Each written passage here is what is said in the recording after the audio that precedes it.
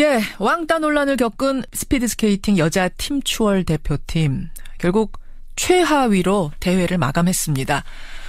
어제 묵묵부답으로 경기장 빠져나가는 선수들 보면서 속으로 골문 문제들이 여전히 많이 있구나 이런 생각을 하게 되던데요. 그러고 보면 우리 빙상은요. 올림픽 전에도 노선영 선수의 참가 자격 문제, 또 심석희 선수 코치 폭행 사건 이런 잡음들이 있었고요. 더 거슬러 올라가자면 안현수 선수의 귀화도 파벌 문제 때문이었다. 이런 논란들이 있었죠. 참 희한합니다. 왜 유독 빙상에서는 이런 논란들이 끊임없이 벌어지는 걸까요? 결국은 이 빙상연맹 내에 고질적인 문제가 있는 거 아니냐, 빙상 적폐가 있는 거 아니냐, 이런 얘기가 나옵니다. 자, 이분은 어떻게 보실까요?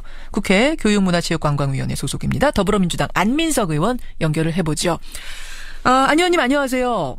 네, 반갑습니다. 안민석 의원입니다. 일단 어제 여자 팀 추월 경기는 어떻게 보셨어요? 좀 씁쓸하게 봤고요. 평창올림픽이 마무리되어가는 이 시점인데 예. 찬물을 끼얹는 격이어서 좀 안타깝고요. 왜 하필 이 빙상에서만 아주 특별한 사건들이 생길까? 그러니까요. 이것을 제가 유심히 주시하고 있고요. 예. 저 역시 이 빙상 적폐를 청산하지 못한 책임으로부터 자유로울 수 없고요. 상임위를 계속 이쪽에 있었으니까요. 그러네요. 지금 목소리가 상당히 찹찹하세요. 예, 특히 이번 이 사건은 반드시 진상규명이 필요하다고 생각합니다. 자, 그럼 도대체 이 사건부터 좀 얘기를 풀어보죠.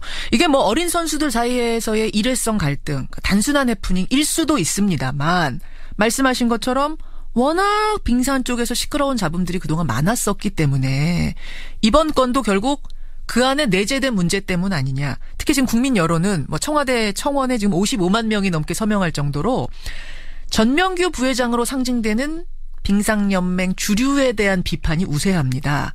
안현수 선수 귀화 때부터 적폐로 지적되어 온 인물이 이 전명규 부회장이다 보니까 그쪽으로 여론의 화살이 쏠리고 있는데 어떻게 생각하세요? 이게 이제 적폐를 보는, 그러니까 이제 빙상의 파벌을 보는 세 가지 다른 시각이 있어요. 세 가지 시각이요? 네네네. 어떤 건가요?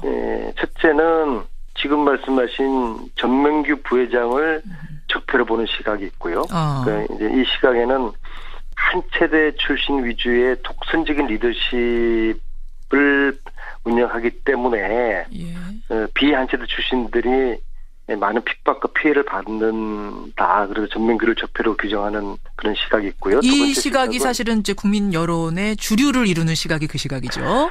네, 그런데 이제 그건 좀 더 좀 따져봐야 된다는 제 생각인데요. 그다음에 이제 두 번째 시각은 이제 지금 이제 삼성이 90년대 후반부터 이 빙상을 맡게 되거든요. 지금은 삼성 계열사의 사장이죠. 삼성 계열사 사장들이 돌아가면서 이 빙상 회장을 맡았어요. 한 20년 정도 그런 세월이 진행되는데요.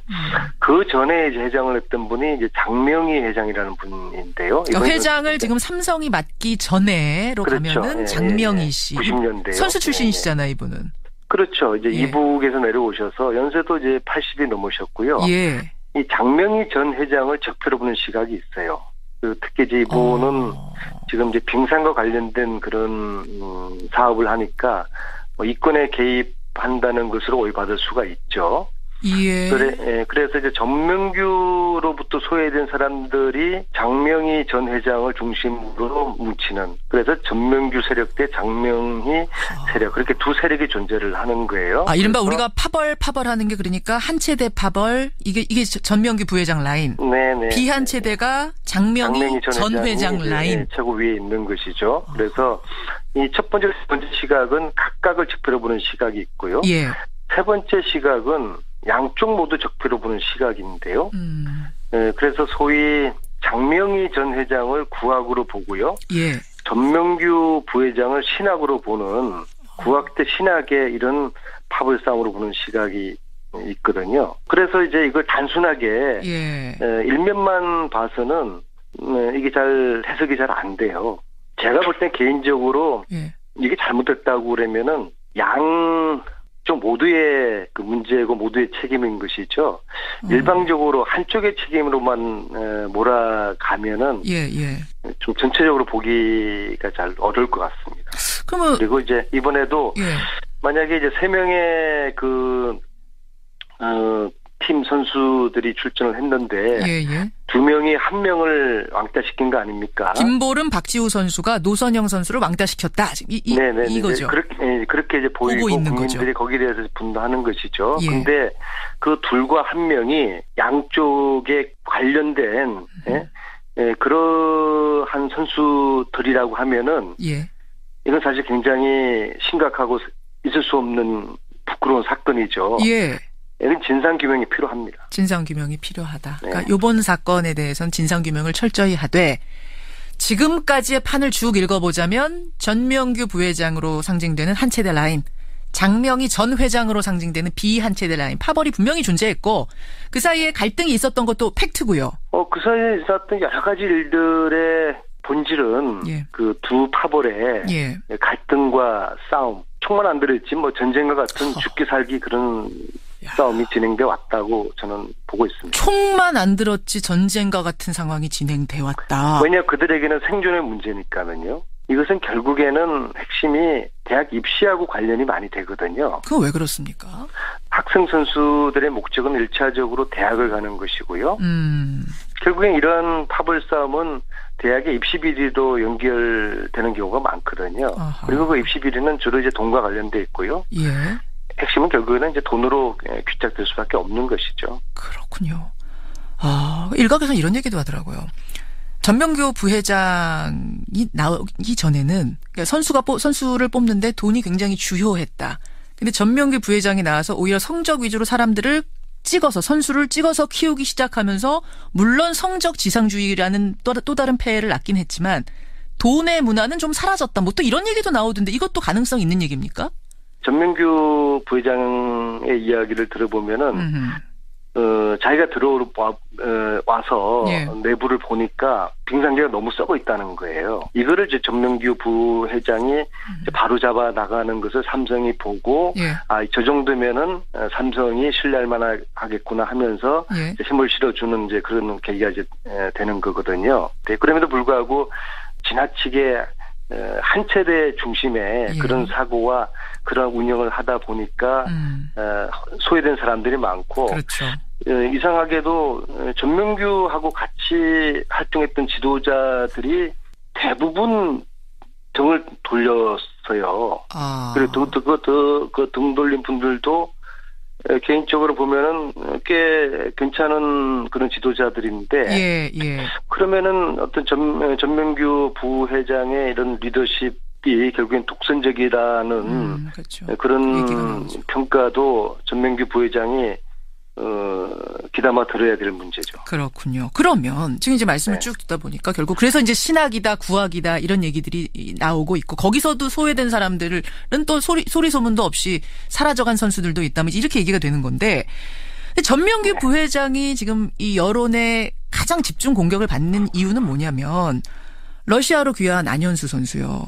안현수 선수가 한국 떠나면서 맹비난을 했던 인물.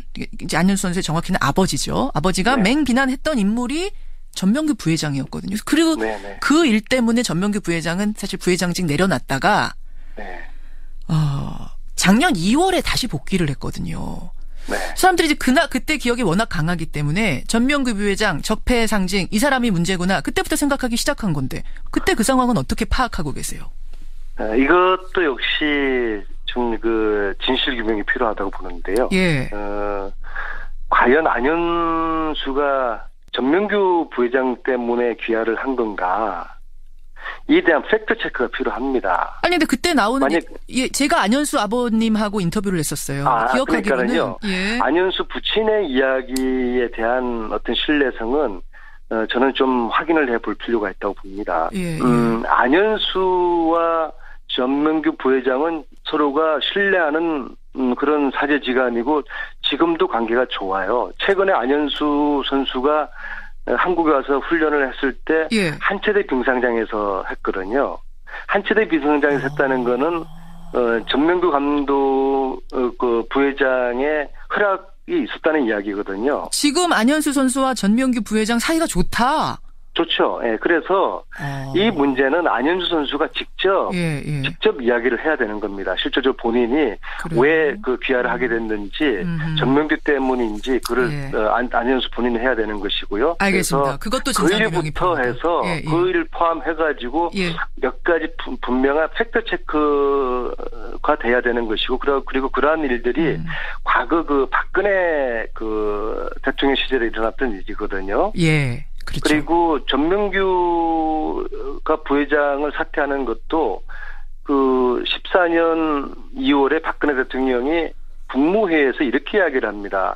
안현수의 귀화가 빙상계의 파벌 문제 때문인지 이걸 한번 검토해봐라. 맞아요. 그게 바로 그 얘기하고서 바로 전명규 부회장이 소치올림픽 하다가 중간에 한국 나오게 되고 그리고 이제 삼성의 입장에서는 정부가 전명규 부회장을 사퇴시키라고 하니까 어쩔 수가 없는 거거든요. 당시에는 이제 김재열 사장이 회장을 맡고 있었는데 지금 이제 올림픽 조직위원회 부회장 하시는 분이요. 그래서 이제 박근혜 정부에 가지고 전명규 부회장이 쫓겨나게 되고 국정농단 사태 이후에 다시 이제 복귀를 이제 하는 것이죠. 그래서 이제 이런 일련의 과정도 상당히 이제 정치적인 그런 측면도 있고 이것이 좀 팩트 체크가 돼야 되는 것입니다. 알겠습니다. 과연 안현수가 왜 귀화를 하게 됐는지 그 책임이 전명규한테 있는지 그런 것들이 좀 다시 팩트 체크가 돼야 되는 것이죠. 자, 알겠습니다. 지금 들으시는 분들이 뭔가 이게 굉장히 생각보다 단순치 않구나. 전명규 라인 하나의 횡포가 아닌 훨씬 더 큰 것들이 산재되어 있구나라는 느낌을 받으셨을 겁니다. 중요한 건 왜 핵심이 제가 지금 말씀드린 핵심은 왜 박근혜 정부가 전명규를 제거했을까? 이 퍼즐을 좀 한번 맞춰봐야 되는 것이죠. 그래요. 그래서 기회가 있으면은 전명규 부회장이 이 퍼즐을 맞출 수 있도록 진실을 이야기를 해야 됩니다. 14년 2월에 무슨 일이 있었는지 왜 자기가 그렇게 지킴을 당했는지 진실을 이야기해야 되는 것이죠. 적폐청산이 사람만 향하면 안 되잖아요. 사람을 넘어서 시스템 구조를 고치는 것을 최종 목표로 해야 그게 진짜 적폐청산 아니겠습니까? 당연하죠. 그렇죠. 저는 그런 의미에서 이 빙상연맹의 구조적인 개혁까지 이번에 이르를 수 있었으면 좋겠습니다. 네, 동의합니다. 올림픽 끝나고 그럼 당장 해야 될 건 뭐라고 보세요, 의원님? 체육 적폐 청산이죠. 이 빙상 적폐 여기도 이 적폐를 청산하고 난 다음에 우리가 올림픽을 치렀으면 이런 게 없었는데 올림픽에 급급하다 보니까 빙상 쪽도 적폐를 그대로 안고서 올림픽을 하게 됨으로써 이런 일이 터질 수밖에 없었다고 저는 보거든요. 알겠습니다. 그래서 늦었지만은 올림픽이 끝나는 즉시 이 빙상계를 비롯한 이 체육계의 적폐청산 작업을 아주 과감하게 시작을 해야 되는 것이죠. 알겠습니다, 여러분. 오늘 이 이야기는 어느 쪽을 두둔하겠다 이런 의미는 전혀 아니라는 거. 그러니까 그 안에 상당히 복잡한, 우리가 아는 것보다 복잡한 갈등의 양상이 있다는 거 여러분들께 알려드린 거고요. 이걸 실마리로 해서 이제 진상 규명 작업, 적폐 청산 작업은 본격적으로 이루어져야 될 겁니다. 여기까지 말씀 듣겠습니다. 안 의원님 고맙습니다. 네, 수고하세요. 더불어민주당 안민석 의원이었습니다.